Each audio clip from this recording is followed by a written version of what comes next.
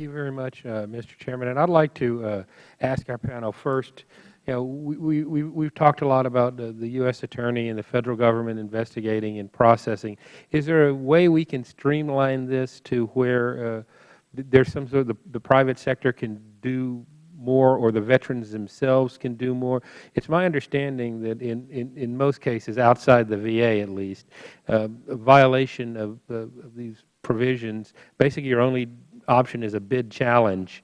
I mean, is there any way we can take this off of the plate of the Federal Government and effectively enforce these provisions? And I'll open that up to anybody who wants to answer it. Well, from a government-wide service-disabled veteran-owned small business program standpoint, you're absolutely right. The only major control is SBA's bid protest process, where eligible individuals can protest a decision that has been made.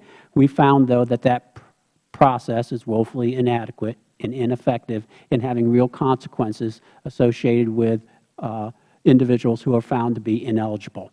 One of the critical areas that I believe could help to ensure that the SD-VOSB program has reduced amounts of vulnerability to fraud and abuse would be, in addition to looking at the opportunities in the investigations and prosecution areas, to look more at the preventative controls to help to ensure that ineligible firms do not enter the program in the first place.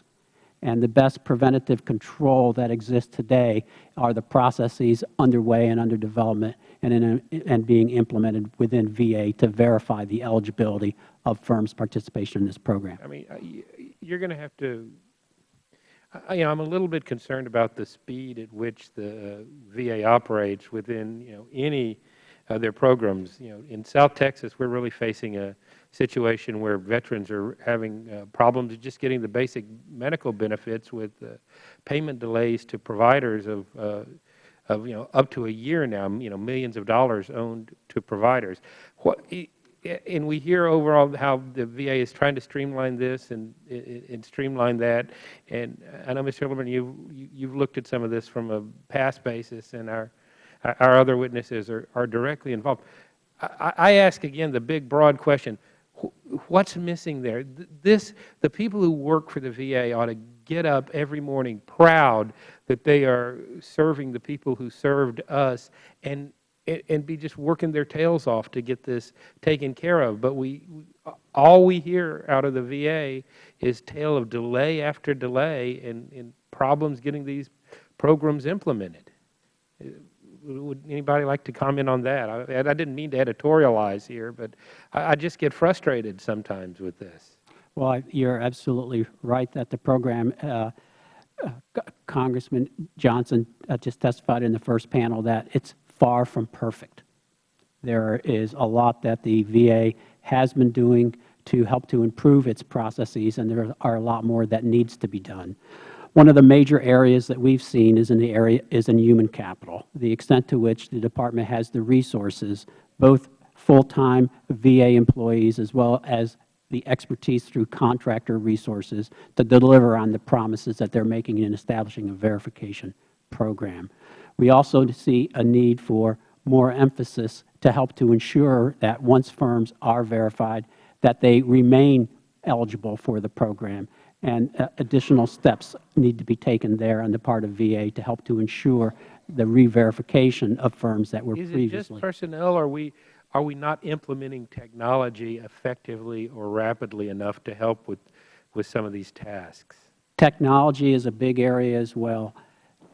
We currently within GAO have an engagement underway to look into the technological capabilities of the VA. They have improved a lot of the manual entry activities in the past, but more needs to be done. Anybody else wish to comment? The VA has used some technology to obtain documentation from veterans as part of the verification process. Unfortunately, what we found as we visited these businesses is it's very easy to make your documentation appear that the veteran owns the business. That's not a problem.